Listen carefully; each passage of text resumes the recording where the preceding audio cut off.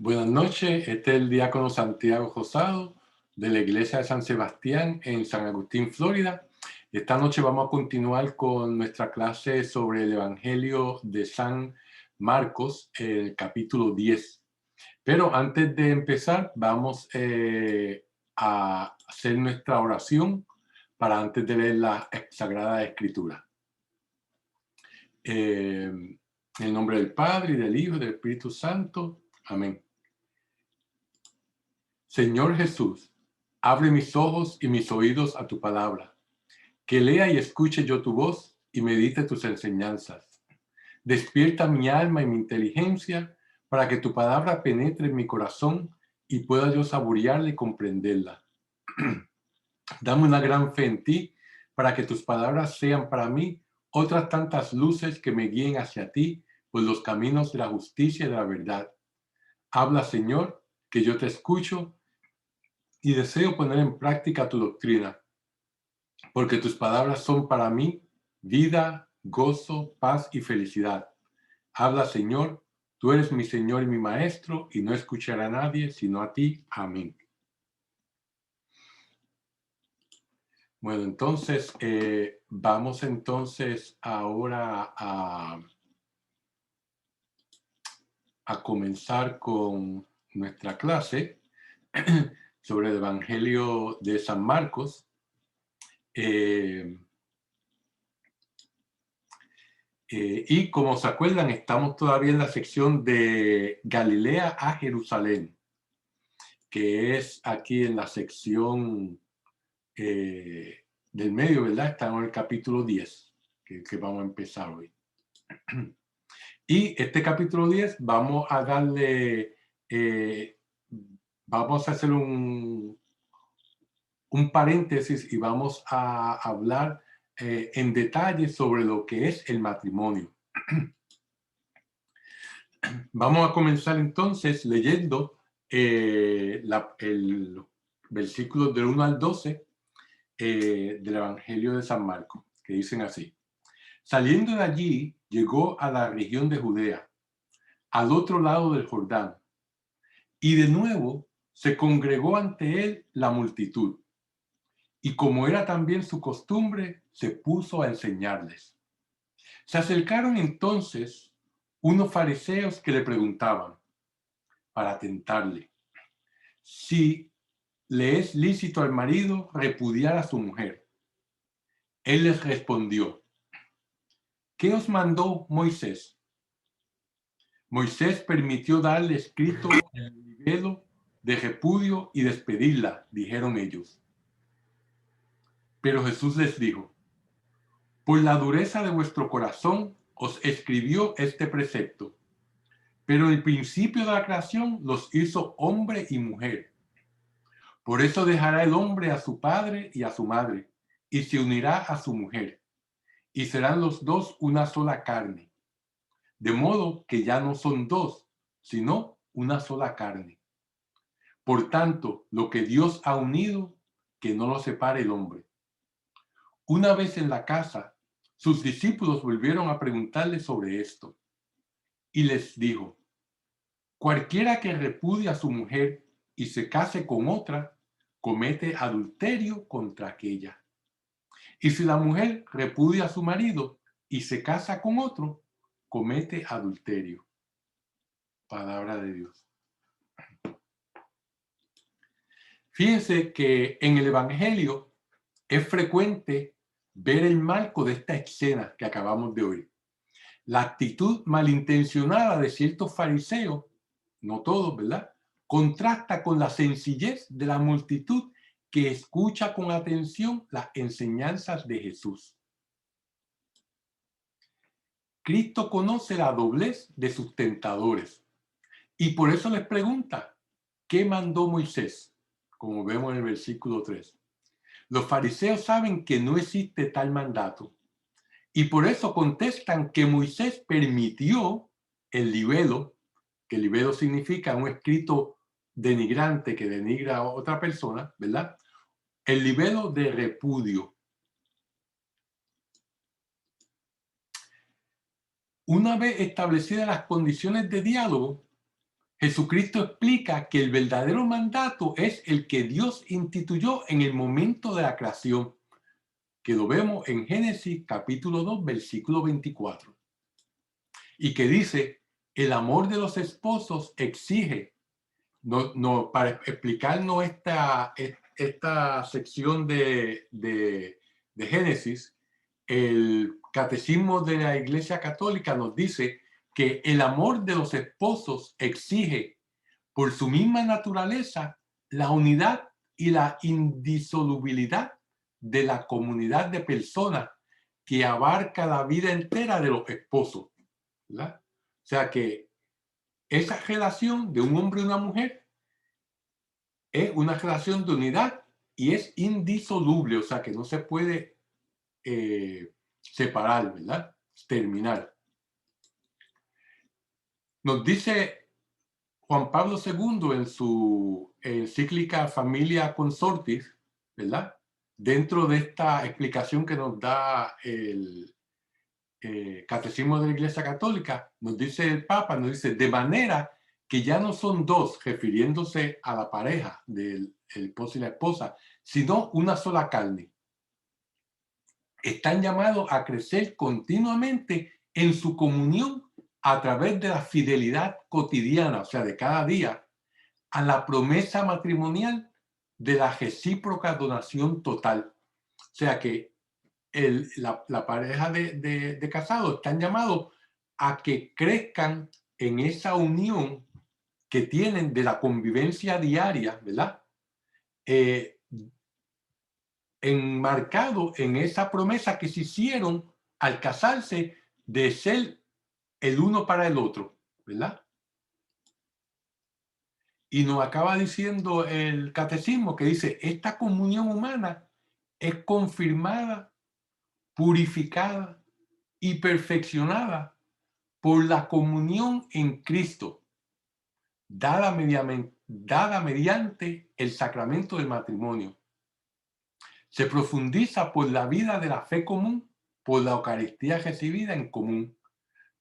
O sea que el matrimonio no es una unión de dos personas, es una unión de tres personas, de el esposo, la esposa y Cristo, ¿verdad? Cristo es el que purifica, ¿verdad? Confirma y perfecciona esta, esta unión de los del matrimonio, ¿verdad? Y eso es algo que nosotros vemos muy claramente.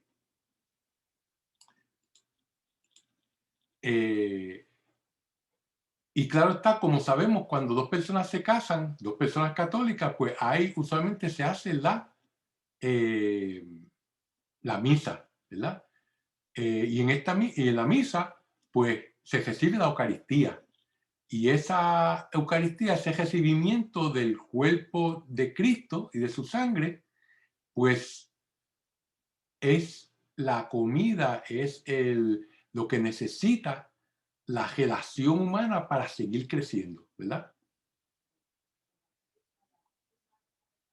Ahora, vamos entonces a hablar un poquito más en detalle sobre el sacramento del matrimonio, ¿verdad?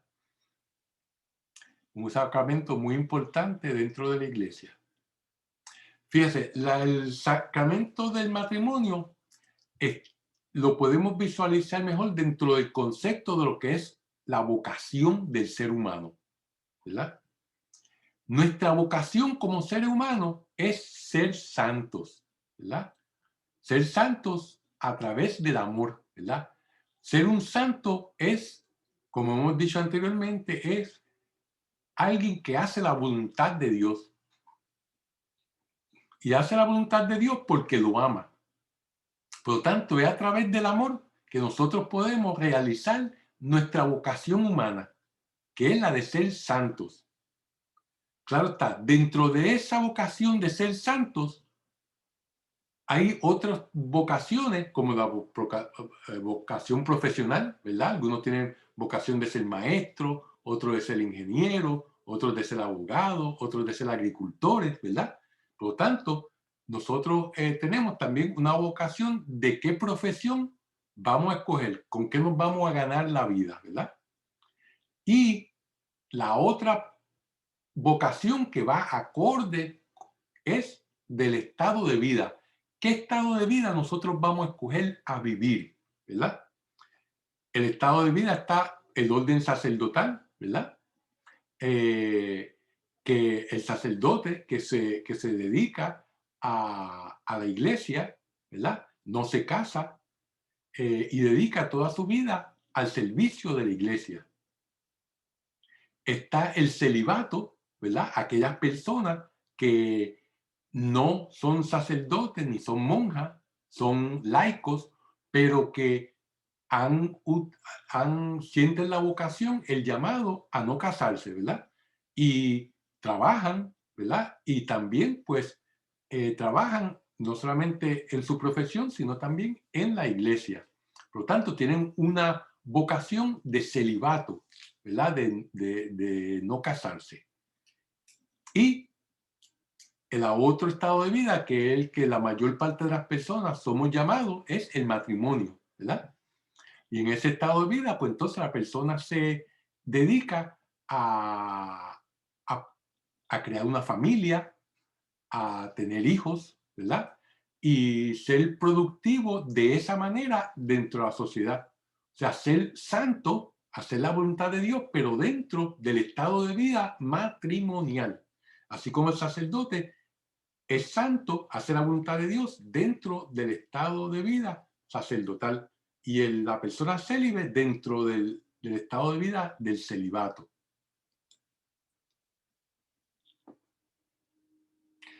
Por lo tanto, el matrimonio cristiano es aquel sacramento por el cual dos personas de distinto sexo, y esto hay que darle énfasis hoy en día, ¿verdad? Porque definitivamente no hay un matrimonio de personas del mismo sexo. Eso es una unión, pero no es un matrimonio, ¿verdad? No empece a lo que la sociedad quiera, quiera decirnos, ¿verdad? Va en contra de la definición básica de lo que es el matrimonio, ¿verdad? Por lo tanto, es un sacramento por el cual dos personas de distinto sexo, un hombre y una mujer, que están hábiles para casarse, ¿verdad? O sea, que son adultos y no tienen ningún impedimento, ¿verdad?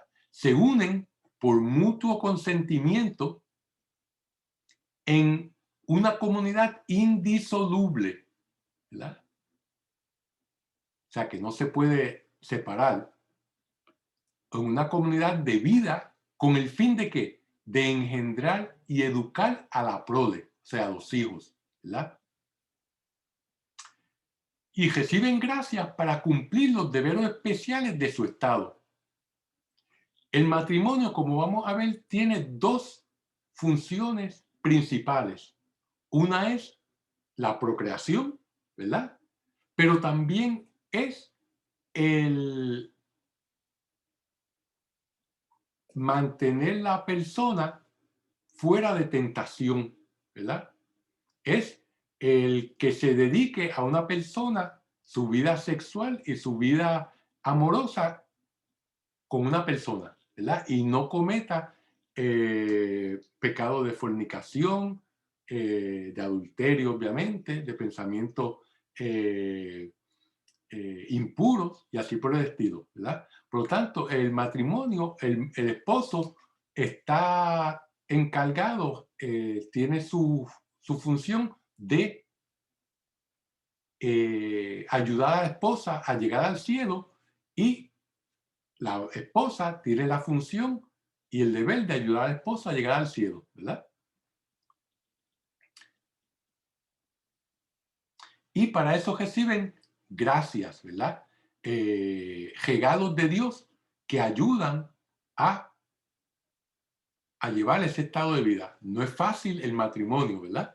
Como todos lo sabemos, ¿verdad? Por lo tanto, en el sacramento, Dios le da gracias a esa pareja para que puedan llevar una vida fructífera y, y llena de amor y fidelidad.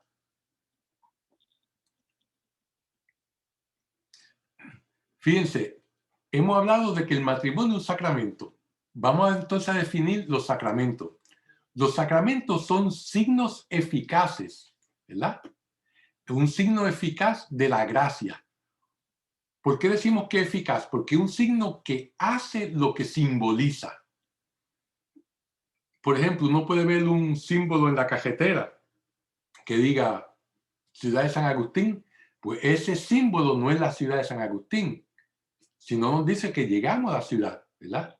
Pero en el caso de los sacramentos, el sacramento simboliza algo y lo hace. Por ejemplo, el bautismo, el símbolo del bautismo es el agua.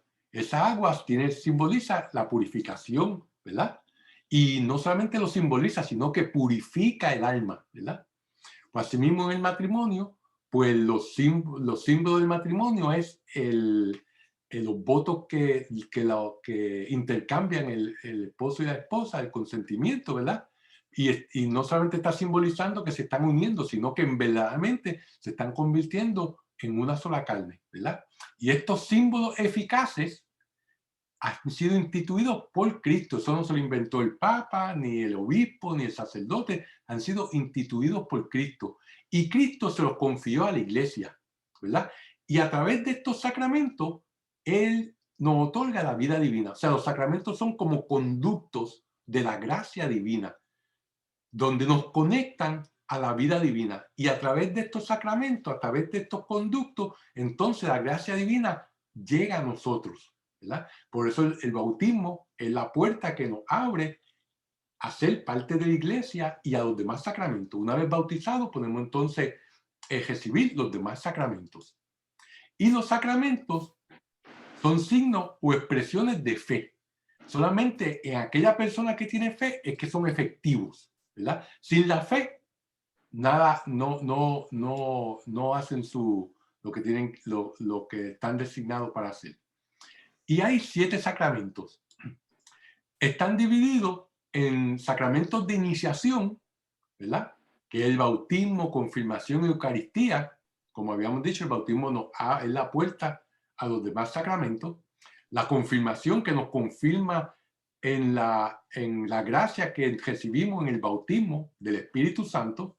Y la Eucaristía, que es el pan de vida que recibimos todos los domingos. Y si vamos a misa los días de semana, que nos ayuda en este éxodo que es la vida, ¿verdad? Para llegar a la tierra prometida. Y la Eucaristía es el cuerpo y la sangre de nuestro Señor Jesucristo, ¿verdad? Está el otro grupo de sacramentos que son de sanación, que es la confesión, ¿verdad? Como sabemos, después del bautismo estamos libres de pecado, pero volvemos a pecar. Y entonces la confesión nos ayuda a que volvamos a estar en gracia de Dios. Y la unción de los enfermos que se da a las personas que están enfermas, van a tener una cirugía, ¿verdad? Así por el estilo. Por lo tanto, es algo que es importante para las personas que están enfermas. Y están los sacramentos de servicio, que es el de matrimonio y de órdenes sagradas, donde está el obispo, el episcopado, está el presbiteriado, ¿verdad? Y está el diaconado. Y esas son los 7 sacramentos, así como se dividen, ¿verdad? Ahora, Cristo restauró el matrimonio, como vimos en la lectura, que Dios ya había instituido y bendecido en la creación del mundo.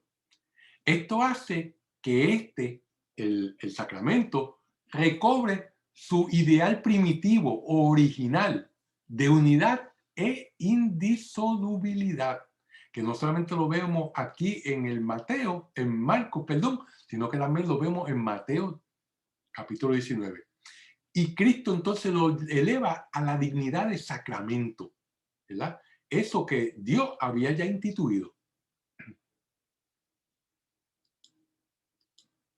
La Sagrada Escritura empieza con el relato de la creación del hombre y de la mujer, a imagen y semejanza de Dios, como vemos en el capítulo 1 del Génesis, ¿verdad?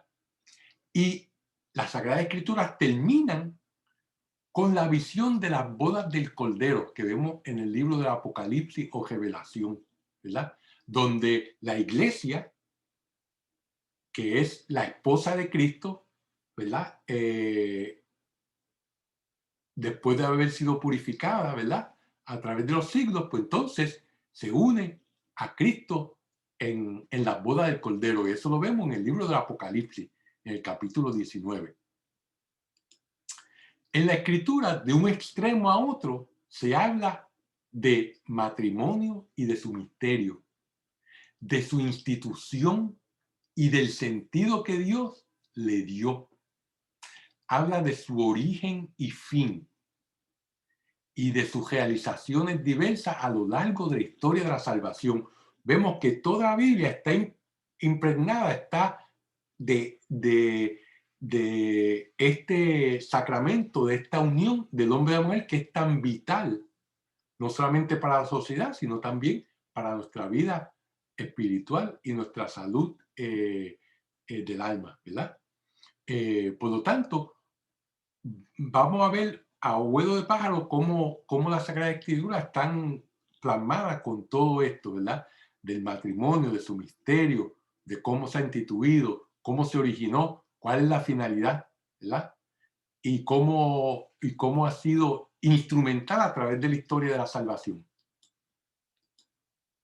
San Pablo también hace resaltar el carácter religioso del matrimonio, exigiendo que se contraiga en el Señor, como vemos en la primera carta a los Corintios, el capítulo 7, y enunciando su indisolubilidad, una palabra que seguimos repitiendo, ¿verdad?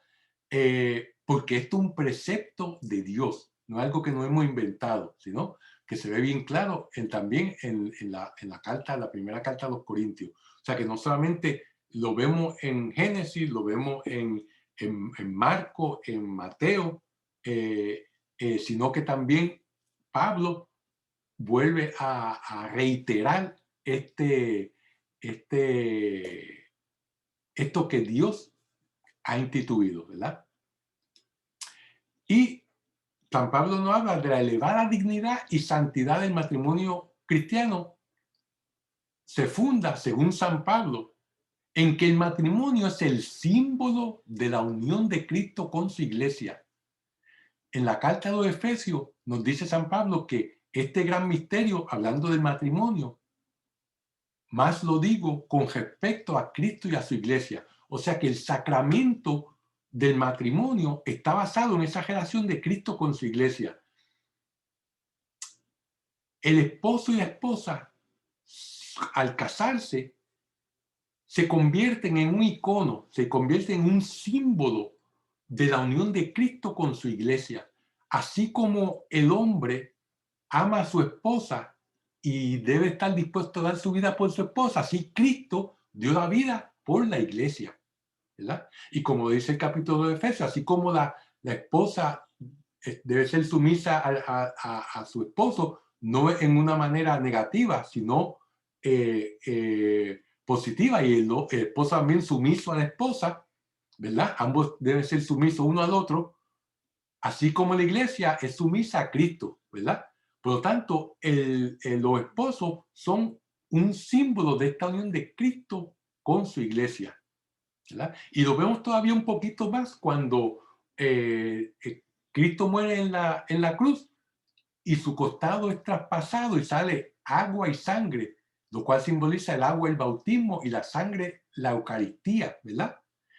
Así, y de ahí el bautismo es la base de la iglesia, ¿verdad? Porque es a través del bautismo que entramos a la iglesia. Y a la Eucaristía somos parte de la iglesia porque tomamos el cuerpo y la sangre de Cristo. Pues así como la iglesia nació del costado de Cristo, así eso vemos en el Génesis que la mujer salió ¿de dónde? Del costado de Adán.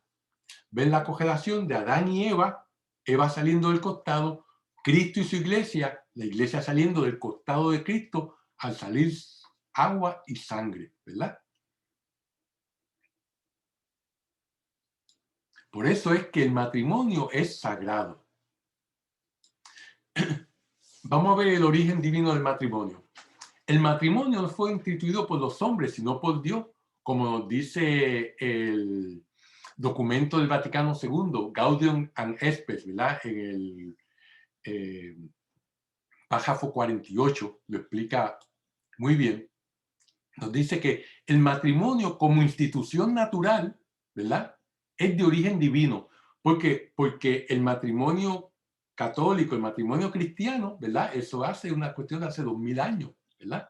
Pero ya desde el principio, el hombre y la mujer se unían, ¿verdad? Formaban una familia y esta institución natural es de origen divino, porque eso fue lo que Dios instituyó ya desde el Génesis, ¿verdad? Dios creó a la humanidad, al varón y a la hembra, y los depositó, y depositó el instinto de procreación en la misma naturaleza humana. Está ya eso dentro de nosotros, querer tener hijos, ¿verdad? ¿Verdad? Y Dios bendijo a la primera pareja humana y manifestó su mandato de que se multiplicasen, ¿verdad? Como dice Génesis capítulo 1, versículo 28, procread y multiplicaos, ¿verdad? Y llenen la tierra, ¿verdad? O sea que es un mandato que Dios le dio a la humanidad desde el principio de la creación. Dios, que por su amor ha creado al hombre, también lo ha llamado al amor, que es la vocación fundamental e innata de todo ser humano. Como habíamos dicho al principio, esa vocación de nosotros de ser santos, de hacer la voluntad de Dios a través del amor, ¿verdad? Por lo tanto, nosotros somos llamados a amar en esta vida, ¿verdad? Y la Sagrada Escritura afirma que el hombre y la mujer fueron creados el uno para el otro. Por eso nos dice, no es bueno que el hombre esté solo. Y al decirse al hombre, se refiere al hombre y a la mujer, ¿verdad? Dios le da a la mujer a Adán como que es carne de su carne, ¿verdad? Su igual, la criatura más semejante al hombre mismo, como un auxilio, ¿verdad? No como un auxilio de que sea su esclava, su servidora, no, sino como un auxilio en la lucha diaria de cada cual, es el auxilio del otro, es un auxilio de igualdad. Y no solamente en la vida diaria, sino como ya he dicho, con la...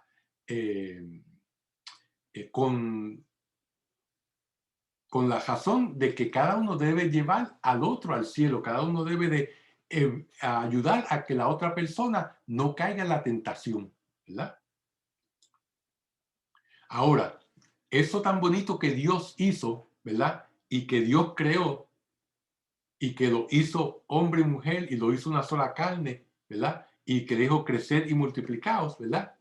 Eso obviamente cuando Adán y Eva cometieron el pecado original, pues no todas las relaciones del hombre, la relación del hombre con Dios, la relación del hombre con la naturaleza, la relación del hombre con su pareja y la relación del hombre consigo mismo, todas se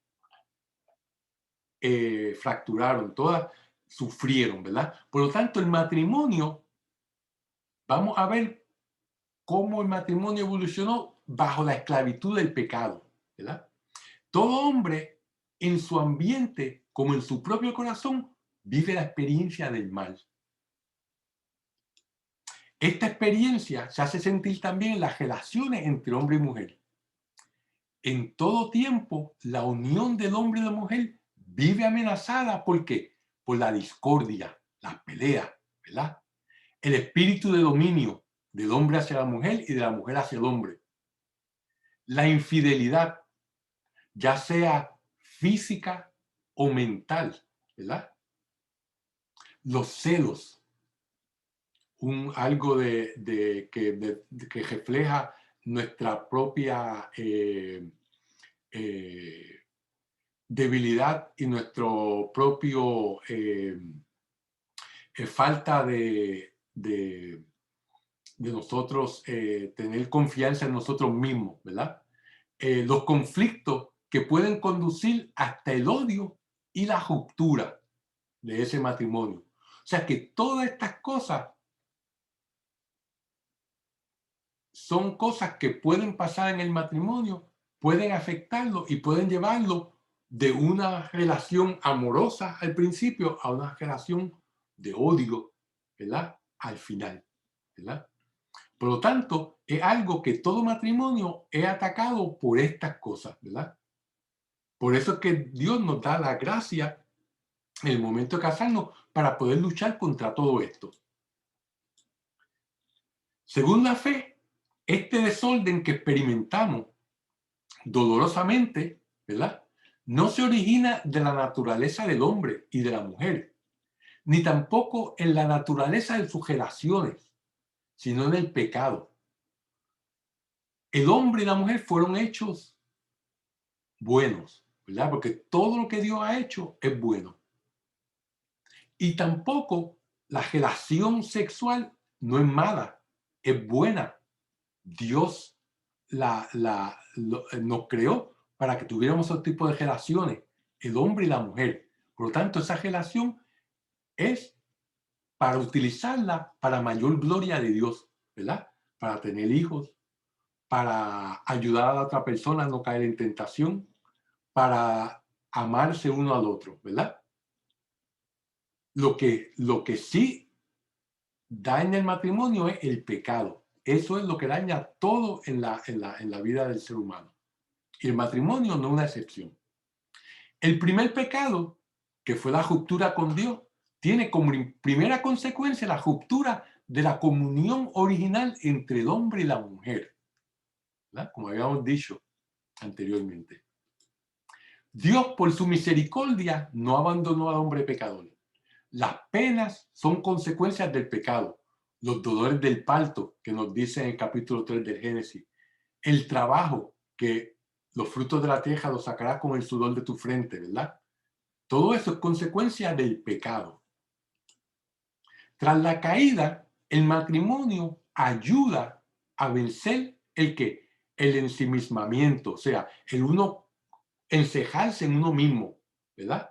El aislarse, ¿verdad? Ayuda a que el hombre comparta, que tenga una relación abierta con otra persona. Nos ayuda a vencer el egoísmo, ¿verdad? El pensar en yo primero, yo segundo y yo tercero, ¿verdad? Porque la relación matrimonial es una relación de convivencia y de compartir, donde la persona tiene que pensar en el bienestar de la otra persona antes que en él mismo, ¿verdad? Por eso Cristo nos dio el ejemplo de que dio su vida por la iglesia, su esposa, ¿verdad? Nos ayuda a la búsqueda nos ayuda a vencer la búsqueda del propio placer. Por eso la masturbación es un pecado, porque solamente es algo que la persona utiliza para satisfacerse a él mismo. Y el acto sexual es un acto de compartir, ¿verdad? Con la esposa, con el esposo, ¿verdad? Y no, el matrimonio nos ayuda a abrirnos a la otra persona, a la ayuda mutua, al don del sí, ¿verdad? Por lo tanto, el matrimonio nos ayuda a evitar todas esas cosas negativas y nos ayuda a crecer como seres humanos, como cristianos.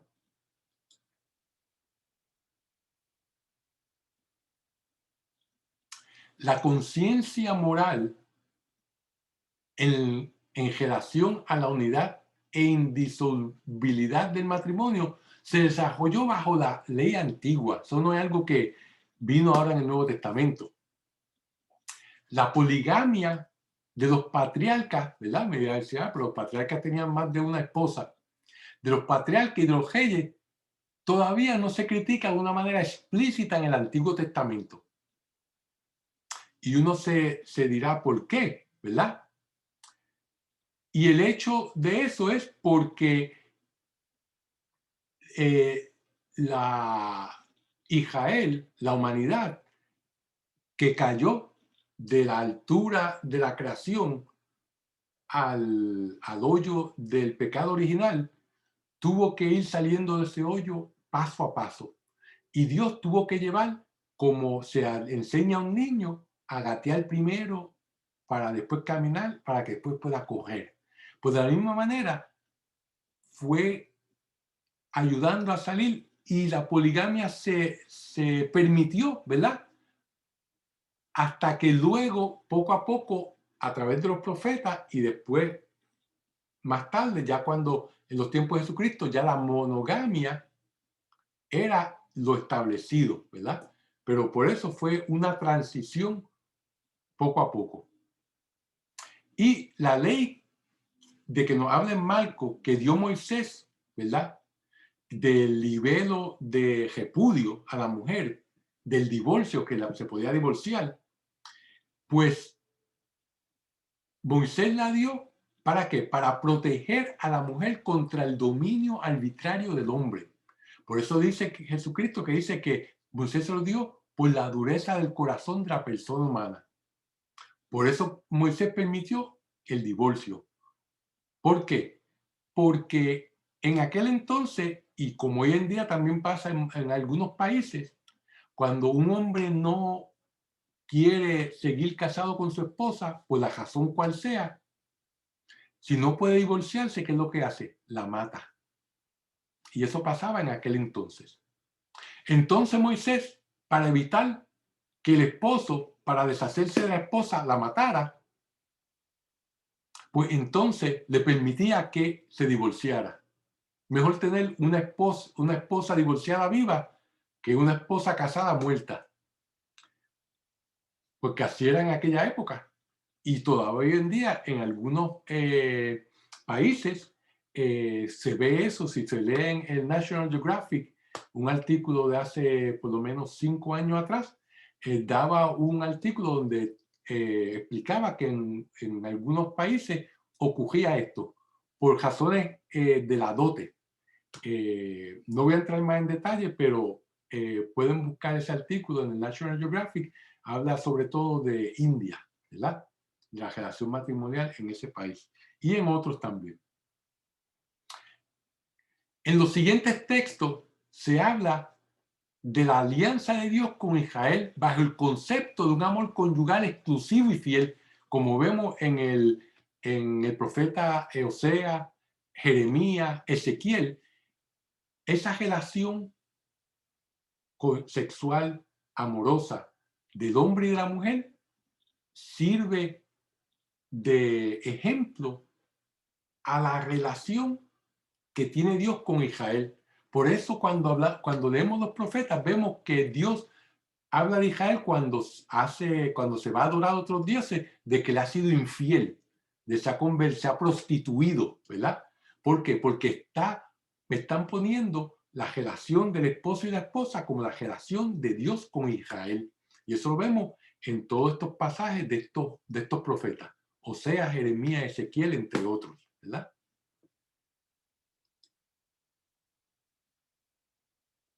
Los profetas fueron preparando la conciencia del pueblo elegido para que tuvieran una comprensión más profunda de la unidad e indisolubilidad del matrimonio, como vemos en Malaquías, en el capítulo 2, versículos 13 al 17, ¿verdad? Vemos cómo esa transición de la poligamia a la monogamia. Lo vemos también en los libros de Ruth y de Tobías, que dan testimonios conmovedores del sentido profundo del matrimonio, de la fidelidad y de la ternura de los esposos. Vemos en Ruth cómo ella queda viuda, se queda con su suegra, ¿verdad? Y luego se casa con Boaz, y Ruth es una de las antepasadas de Jesucristo, ¿verdad? Lo vemos en la genealogía de Jesucristo, una de las 4 mujeres que se menciona en la genealogía de ella en el libro de Mateo, ¿verdad? Y el libro de Tobías, donde verdaderamente pues es un libro pequeño pero muy rico en enseñanza, donde en la noche nupcial Tobías y la esposa, antes de tener relaciones sexuales, rezan una oración a Dios, ¿verdad? Un libro muy bonito. Y esa oración se utiliza muchas veces en en el ritual del matrimonio hoy en día. La tradición siempre ha visto en el Cantar de los Cantares, que es uno de los libros de la Biblia, una expresión única del amor humano en donde este es reflejo del amor de Dios. El Cantar de los Cantares es un libro que habla básicamente de la relación de dos amantes, ¿verdad? Y de ese amor tan fuerte que tienen uno al otro, ese deseo de estar uno con el otro, ¿verdad? Es bastante erótico, es el libro más erótico de la Biblia. Eh, y los judíos lo incluyeron en su canon y así también más luego la iglesia, porque verdaderamente comprendieron que está hablando, no lo dice así, ¿verdad? Pero es un reflejo del amor de Dios por su pueblo. Ahora, el matrimonio ya en el Señor. La alianza nupcial entre Dios y su pueblo Israel había preparado la alianza nueva y eterna entre Cristo y toda la humanidad que él había salvado. Nos dice el Galion and Espes, ¿verdad? En el umbral de su vida pública, Jesús, a petición de su madre, realiza su primer signo o milagro. ¿En dónde? En un banquete de boda, ¿verdad? Que lo vemos en el Evangelio de Juan. Su presencia en las bodas de Caná es una confirmación de la bondad del matrimonio y el anuncio de que desde ese momento el matrimonio sería un signo eficaz, un sacramento de la presencia de Dios, ¿verdad? En su predicación, Jesús también enseñó sin ambigüedad el sentido original de la unión del hombre y de la mujer, que lo vemos en Marcos y lo vemos en Mateo. La unión matrimonial del hombre y la mujer es indisoluble. Dios mismo la estableció. Lo que Dios unió, que no lo separe el hombre, ¿verdad? Jesús vino para restablecer el orden inicial de la creación, que estaba perturbado por el pecado, y da la fuerza y la gracia para vivir el matrimonio en la dimensión nueva del reino de Dios, ¿verdad? O sea, que Cristo vino a restablecer lo que ya Dios había hecho al principio, pero que por el pecado se había perdido eso, ¿verdad? Los esposos podrán comprender el sentido original del matrimonio y vivirlo con la ayuda de Cristo. Sin Cristo es bien difícil, es imposible, ¿verdad? Un matrimonio sacramental. Ellos seguirán a Cristo, renunciarán a sí mismos y tomarán sus cruces sobre sí mismos, nos dice Mateo en el capítulo 8. El apóstol Pablo lo da a entender diciendo: maridos, amad a vuestras mujeres como Cristo amó a la iglesia y se entregó a sí mismo por ella para santificarla, en la carta a los Efesios, en el capítulo 5, ¿verdad? Toda la vida cristiana está marcado por el amor esponsal de Cristo y de la iglesia. El bautismo, que es la entrada al pueblo de Dios, es un misterio nupcial también. Es, por así decirlo, como el baño de bodas, ¿verdad? Que precede al banquete de bodas, que es la Eucaristía, ¿verdad? Así como el bautismo limpia nuestra alma, pues así limpia nuestra alma para que podamos encontrarnos con nuestro esposo, con Cristo, ¿verdad? En donde la Eucaristía, ¿verdad? Que es el banquete. La misa, la Eucaristía, tiene el doble significado de sacrificio de Dios por nosotros y el banquete, por eso el altar, ¿verdad? Donde todos vamos a reunirnos y a recibir, a comer el cuerpo de Cristo. El matrimonio cristiano viene a ser un signo eficaz de un sacramento de la alianza de Cristo y de la iglesia, ya que este signo y comunicación, ya que este es signo y comunicación de la gracia, ¿verdad?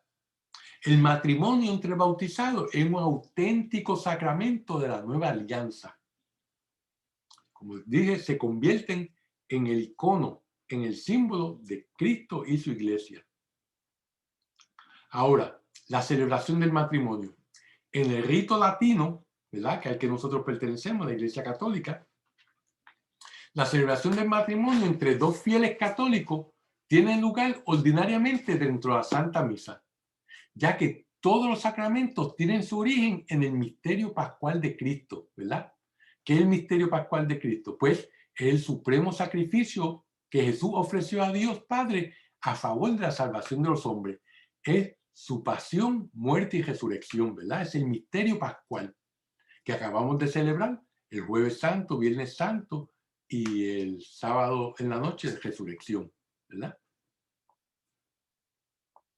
En la Eucaristía se realiza el memorial de la nueva alianza, en la que Cristo se unió a la iglesia para siempre, su esposa, amada por quien Él se entregó. Los esposos, al comulgar en el mismo cuerpo y sangre de Cristo, forman un solo cuerpo en Cristo. Nos dice San Pablo en su primera carta a los Corintios en el capítulo 10. Dado que el matrimonio establece a los cónyuges en un estado público de vida en la iglesia, ¿verdad? La celebración de este, por lo general, se hace en público, en el marco de una celebración litúrgica. Y esta se celebra ante el sacerdote o el testigo calificado de la iglesia, como el diácono también, los testigos y la asamblea de los fieles. O sea, desde ese momento es público que este hombre y esta mujer van a convivir juntos, van a formar una sola carne, van a tener relaciones sexuales, van a formar una familia que con la gracia de Dios van a tener hijos, van a procrear hijos, ¿verdad? Todo eso se hace en público para que sea algo del dominio público, ¿verdad? Y que sirva de ejemplo y motivación a otras parejas para que hagan eso también. Según la tradición latina, los esposos se confieren mutuamente el sacramento del matrimonio. Y se especifica la tradición latina porque la tradición ortodoxa, para ello, el sacerdote es el que da el sacramento del matrimonio. Para nosotros los católicos, no, el sacerdote o el diácono es solamente un testigo. Los que se confieren el sacramento es el esposo a la esposa y la esposa al esposo, ¿verdad? Los obispos, presbíteros o diáconos son testigos del recíproco consentimiento expresado por los esposos. Consentimiento, una palabra muy importante, ¿verdad? Los protagonistas de esta alianza matrimonial son un hombre y una mujer bautizados, libres para contraer el matrimonio, quienes expresan libremente su consentimiento, ¿verdad? Ser libre quiere decir no obrar coaccionado. Nadie lo está obligando ni a él ni a ella a que se casen, ¿verdad? No tener impedimento por una ley natural o eclesiástica. Ley natural, que sean los dos del mismo sexo, ¿verdad? Eso no es algo que es un impedimento a contraer matrimonio sacramental, ¿verdad? La Iglesia considera el intercambio de consentimiento entre los esposos como el elemento indispensable que hace el matrimonio. Si el consentimiento falta, no hay matrimonio. Por eso es que puede haber anulación del matrimonio. El anulamiento del matrimonio no es un divorcio católico, no. El anulamiento lo que dice es que ese matrimonio nunca existió, nunca se realizó. Si la persona fue llevada a la fuerza, como le llaman un matrimonio de escopeta, ¿verdad? El muchacho, la pareja tuvo relaciones, ella quedó embarazada y lo están obligando a que se casen. Ese matrimonio nunca está ocurriendo porque no están libres para hacerlo, ¿verdad? El que la persona vaya al matrimonio engañada, un hombre o una mujer que no pueda tener hijos y no se lo diga al cónyuge, ¿verdad? O sea, el que no pueda tener hijos no evita que esa persona se case, siempre y cuando se lo deje saber a la otra persona. Ahora, si la otra persona va engañada al matrimonio, ya sea porque no pueda tener hijos, ya sea porque la persona tenga inclinación a tener sexo con otras personas del mismo sexo, ¿verdad? Y así por el estilo, si la persona va sin saber eso, pues ese matrimonio no ocurrió. Y por eso entonces la anulación, y hay otro sinfín de otras razones para la anulación del matrimonio. Por eso es que los casos se presentan a un jurado eclesiástico, ¿verdad? Y ellos son los que deciden. Ahora, vamos a hablar de los bienes del matrimonio. El mayor bien del matrimonio es la prole, la descendencia, los niños, ¿verdad? Esa es una de las razones para las personas casarse, para procrear y tener familia. El segundo bien del matrimonio es la fidelidad conyugal, ¿verdad? Donde el matrimonio es exclusivista. Solamente ese hombre, esa mujer y Cristo. De ahí en fuera nadie más, ¿verdad? Y es un sacramento, o sea, que es un signo de la unión indisoluble de Cristo con su iglesia, como hemos visto en la carta de los Efesios. Por eso esta palabra indisoluble tiene aquí el sacramento tiene el mismo significado que indisolubilidad. Un sacramento, ¿verdad? Un sacramento en latín significa un juramento. El juramento que daba el soldado al emperador para ser soldado, ¿verdad? Pues en este caso es el juramento que hace un hombre y una mujer delante de Dios y por lo tanto eso es indisoluble. Y esos son los bienes del matrimonio. Los hijos, la fidelidad y la unión indisoluble. Por lo tanto, el matrimonio tiene que estar abierto a la fecundidad. Por su naturaleza misma, nos dice Galion Espes, el documento del Vaticano II, la institución misma del matrimonio, el amor conyugal, están ordenados a la procreación y la educación de la prole, y con ellas son coronados como su culminación, ¿verdad? La fecundidad del amor conyugal se extiende a los frutos de la vida moral, espiritual y sobrenatural que los padres transmiten a sus hijos. ¿Por qué? Por medio de la educación, ¿verdad? Por eso decimos que la familia, el hogar, es la iglesia doméstica donde los padres tienen que enseñarle moral, amor a Dios a sus hijos, ¿verdad?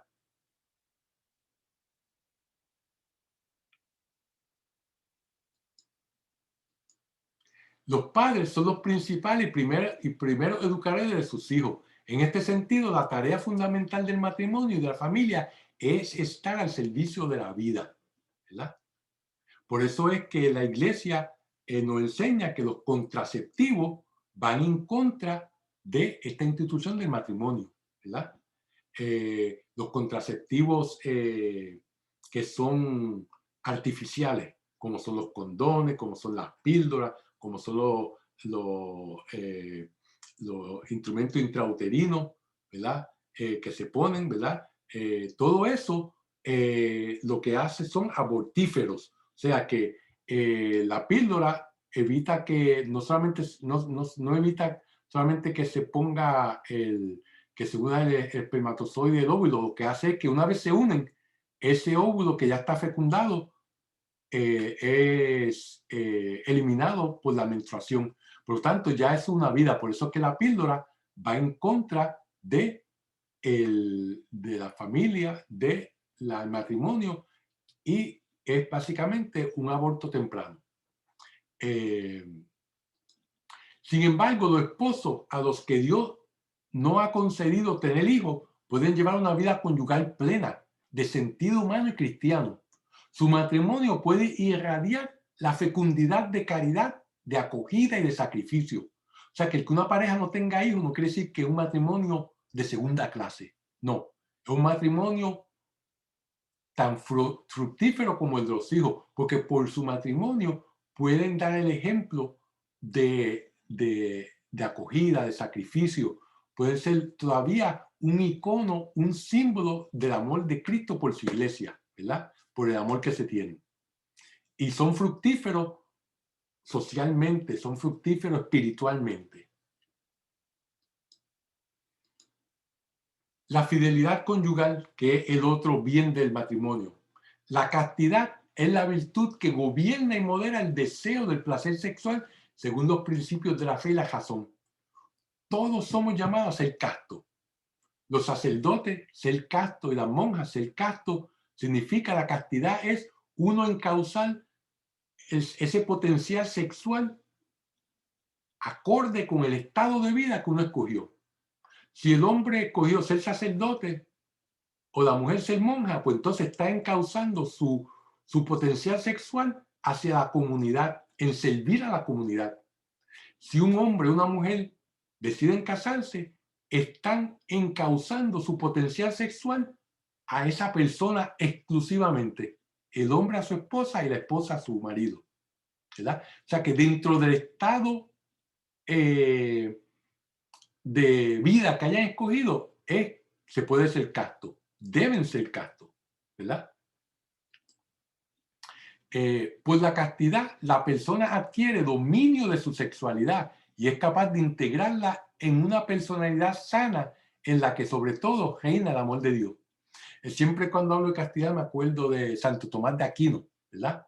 Que cuando le llevaron los hermanos que querían que se saliera de ser del seminario, le llevaron lo encejaron en una toja y le mandaron una prostituta.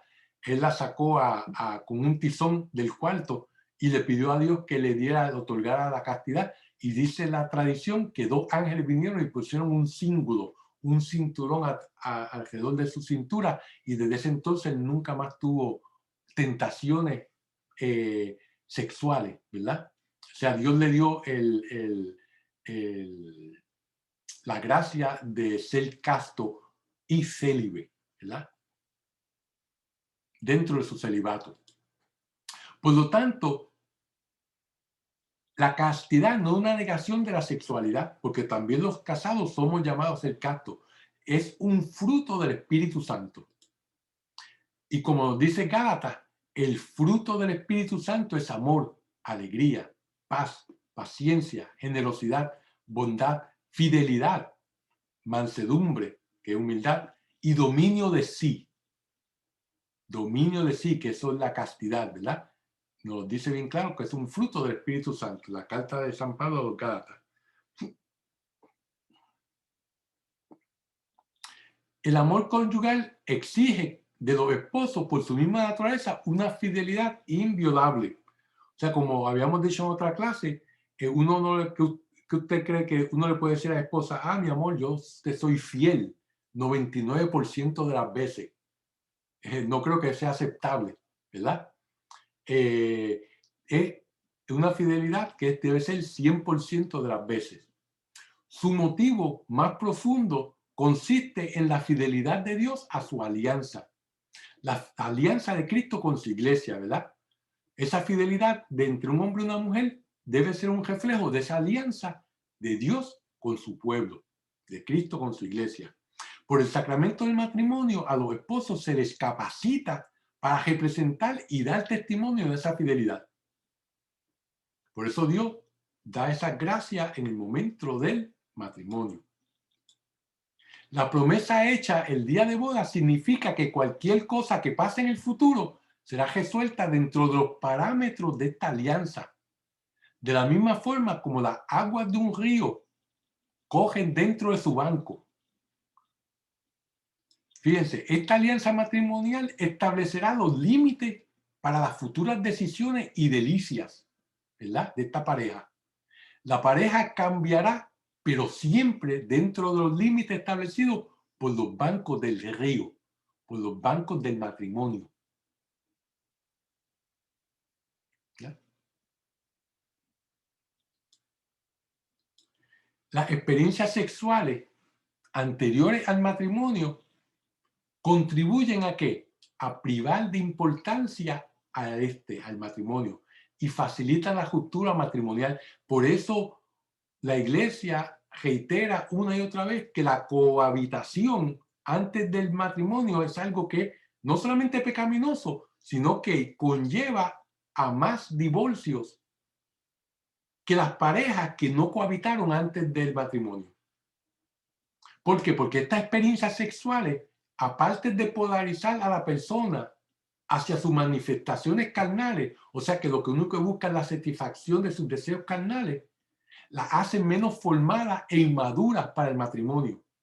¿Por qué? Porque en una relación de cohabitación, en una relación donde está fuera del marco matrimonial, lo que rige, lo que reina es el egoísmo.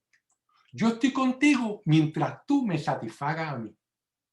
Mientras tú seas la mujer o el hombre que yo espero que tú seas.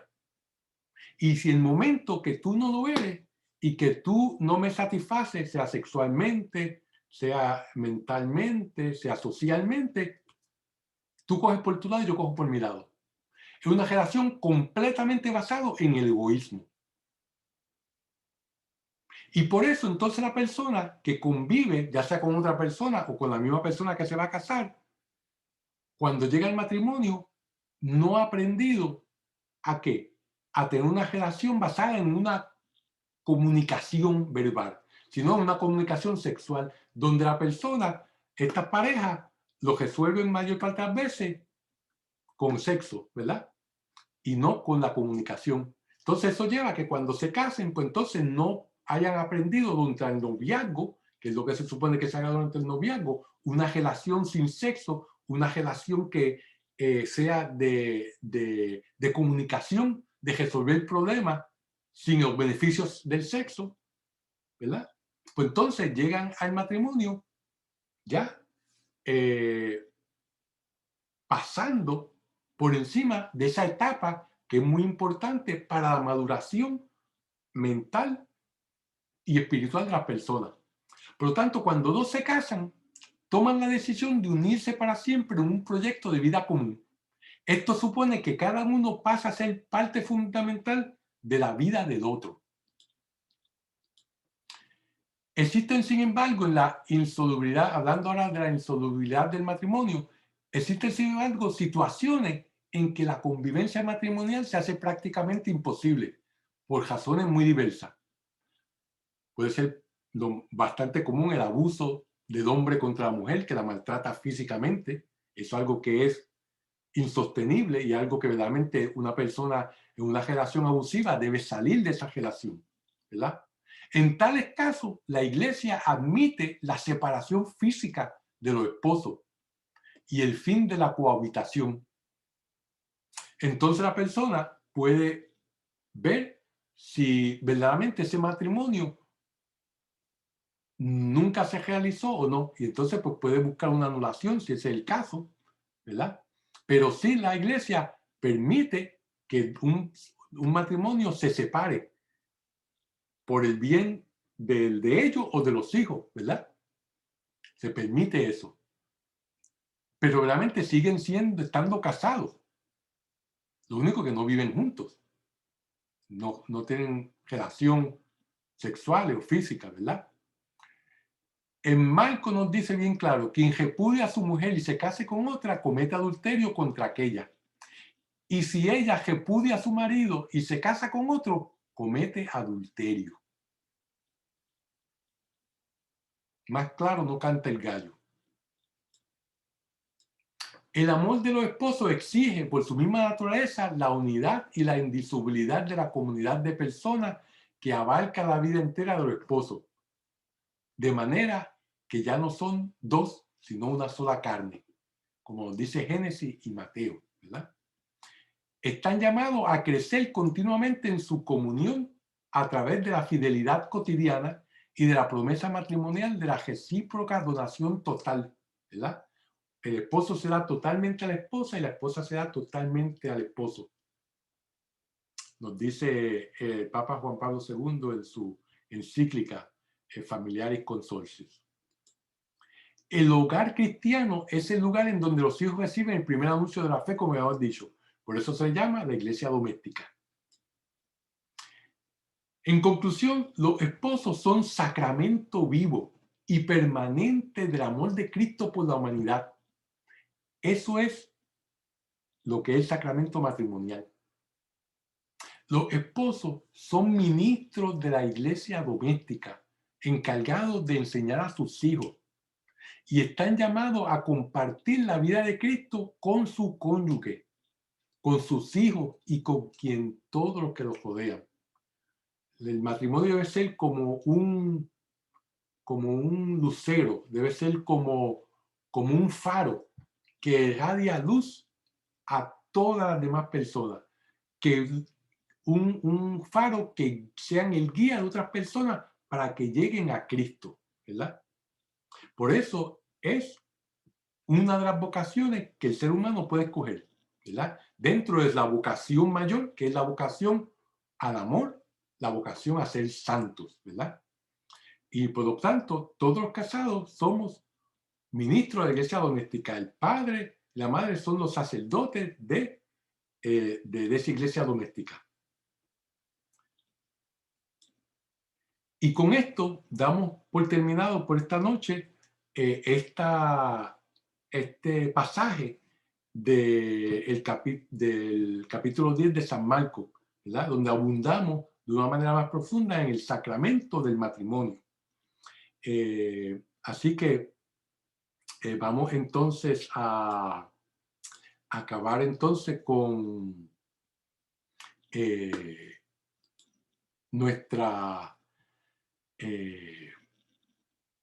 oración final.